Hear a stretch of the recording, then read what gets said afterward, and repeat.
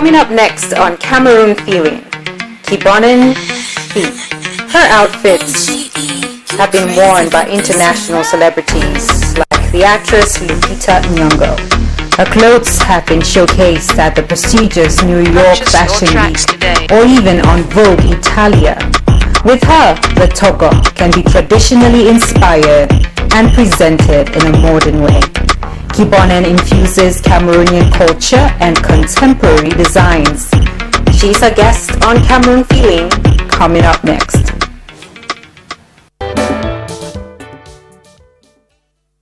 Coming up next on Cameroon Feeling, Eyong Enoh, pro footballer, intentional leader, and book author.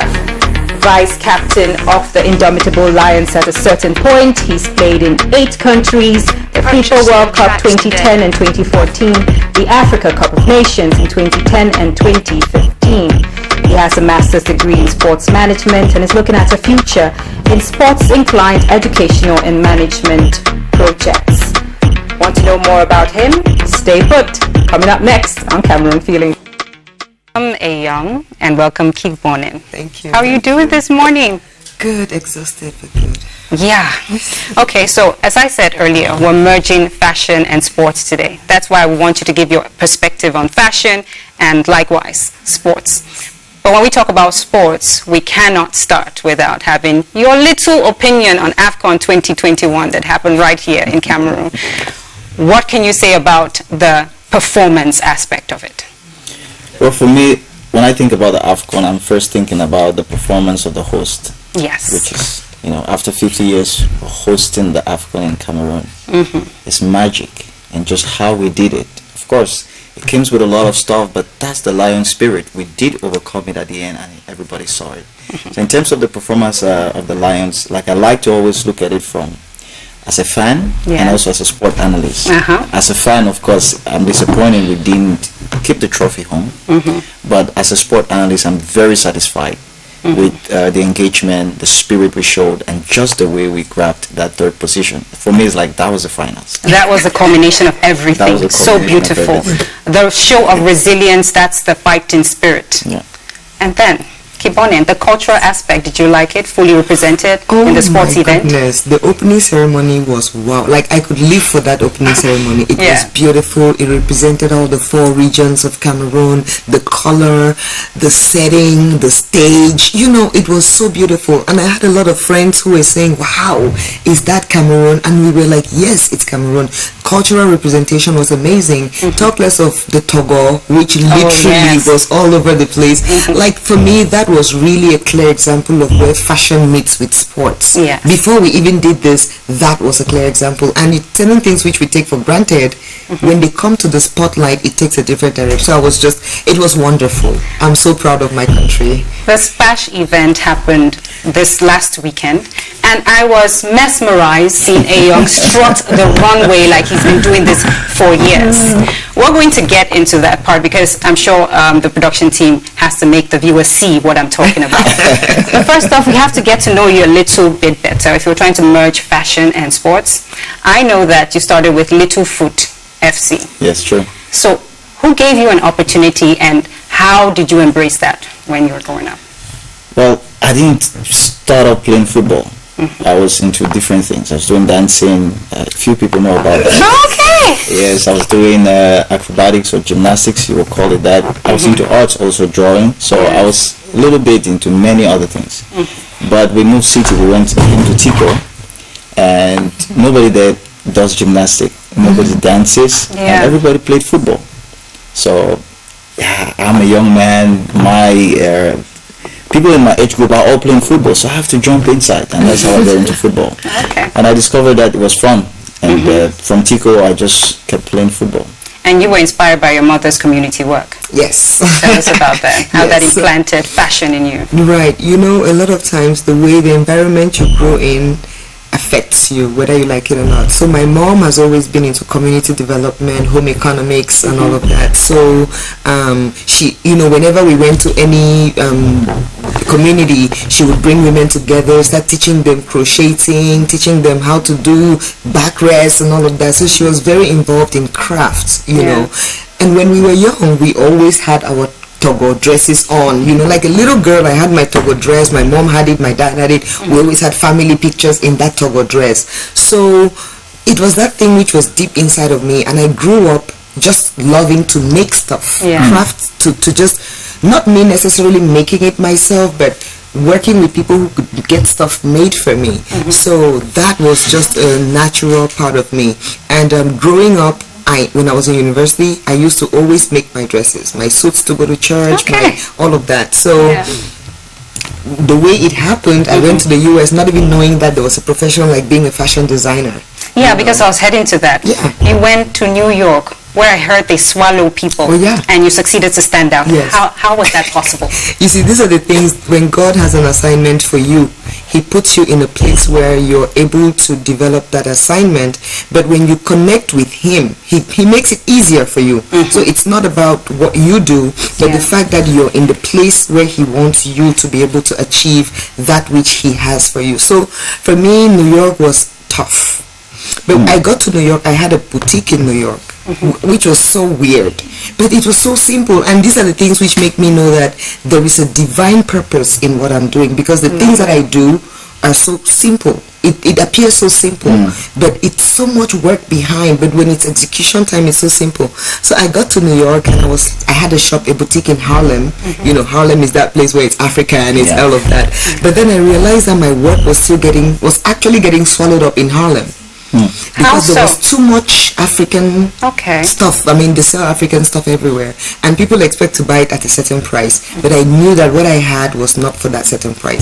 So I started figuring out, how can I get to downtown? How can I get to Fifth Avenue? How can I get to a more mainstream community? And I thought going back to school was going to help me, do that. So I decided to go back to fashion school. I got a degree in fashion, and through that, it exposed me to Mercedes-Benz Fashion Week New York, interning at Donna Karan and Ralph Lauren. So it was just a lot of things that came up, and because I chose to equally make that move, get out of my comfort zone, and from there it's just been on another level. Talking about getting out of your comfort zone, I'm sure it's the same thing you experienced in the national team, because it's not easy to be a vice captain.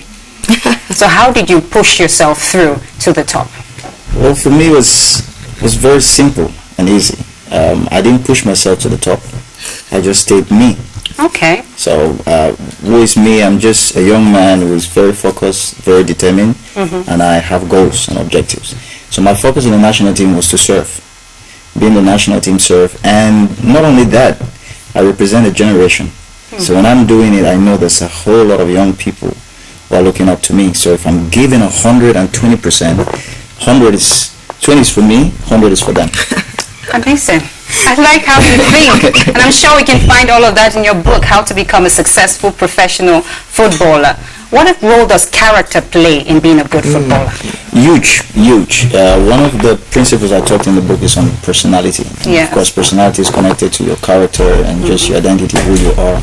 And I think it's so important, because you can work all your life and just something you haven't worked on your character and mess up everything you've done all your life. And people don't remember 1,000 good you do.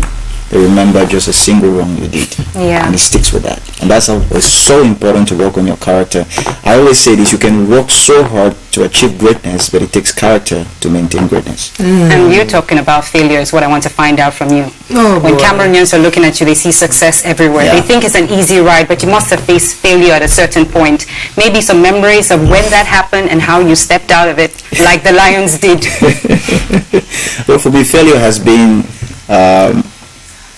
I don't know how other people look at it. For me, failure is actually opportunity to learn. That's how I see it. If you have the wrong mindset about the term failure, then it feels like you lost. But for me, the word failure is gaining. It's actually, you gain experience, you grow in knowledge, and then you have an idea that this thing can be done different. It's actually growth. Without it, you don't grow. I've been rejected in trials many times. I went to clubs, they didn't take me, send me out. But that's the process. I have to ask myself questions. What am I doing different, and what can I do different? What don't I know that I need to know so that I can take the next step? So for me, that's it. And I didn't get to professional immediately. I had friends who had gone ahead of me. I was still back, so I could have looked like a failure. Yes. You see? So, but I didn't see it as a failure. I looked like, okay, I need to keep improving, and timing also is important for me. And probably I'm not there yet because I'm not ready. Okay. My goodness, the positive outlook is beautiful to see. I know. To see failure in a positive way. It's tough, but you succeeded. Yeah. That's where you are. Now tell me a little bit about how you handle failure. Like something, like a lot of people still even call me a failure. But yes, yes. Okay. And close people, yeah, they still think I'm a failure. But what I'm gonna say is I have failed. I have failed so many times that when I think of how much I have failed, I cannot even imagine that I am still pursuing this path.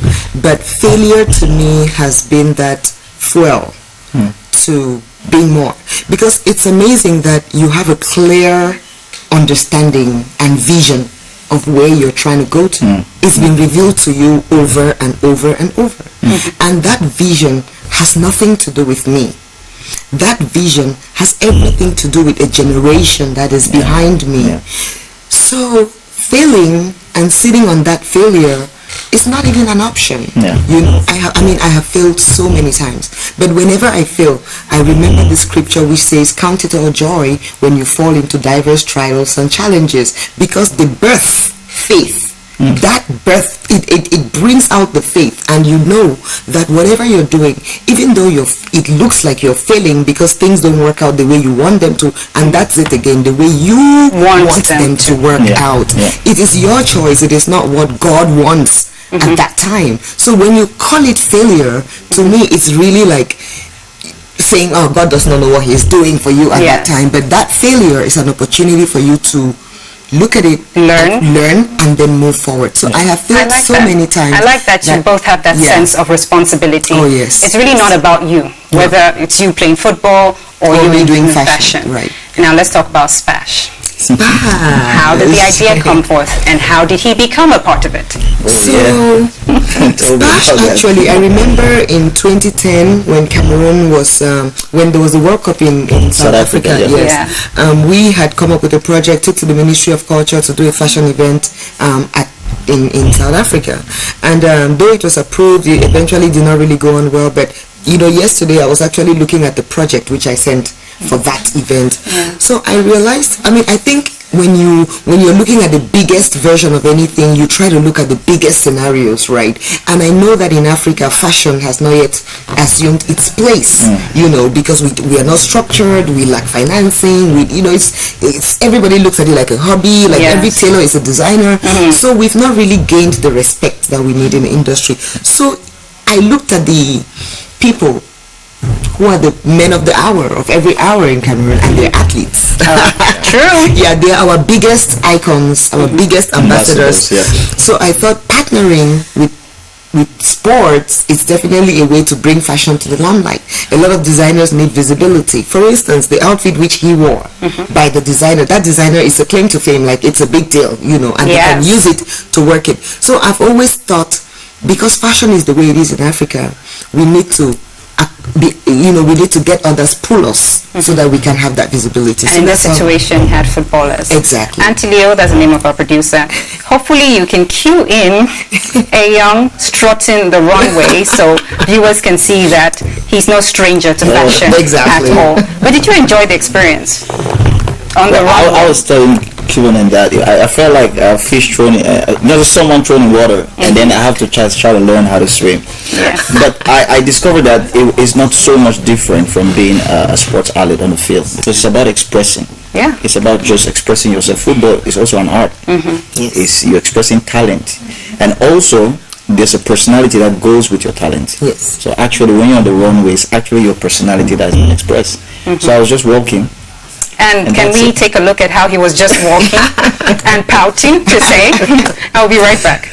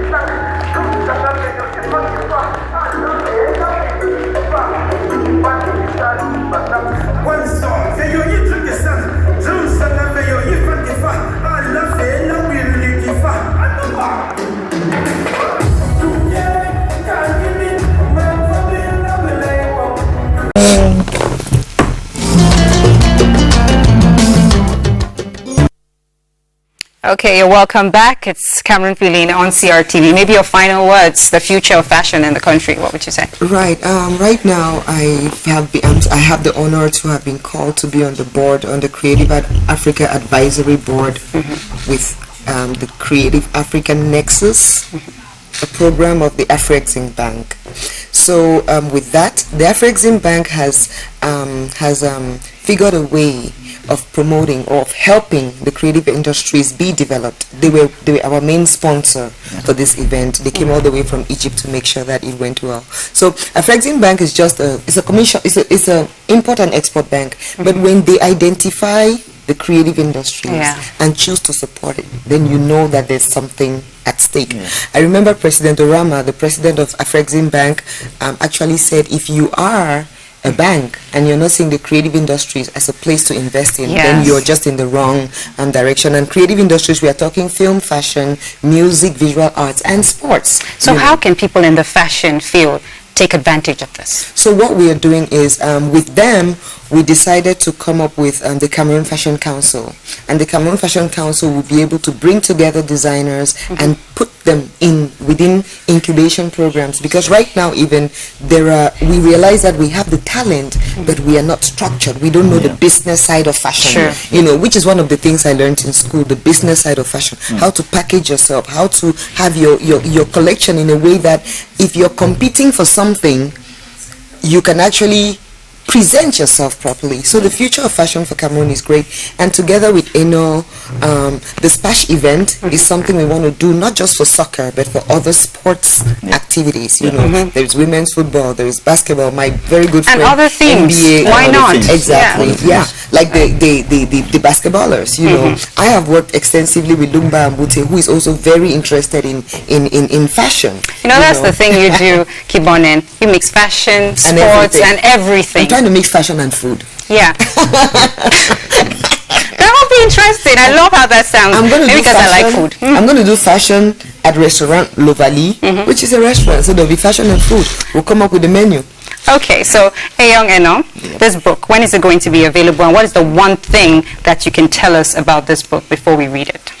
Well, the book is already available on Amazon, Yeah. and those who like reading online, they can have it on Kindle. Yeah.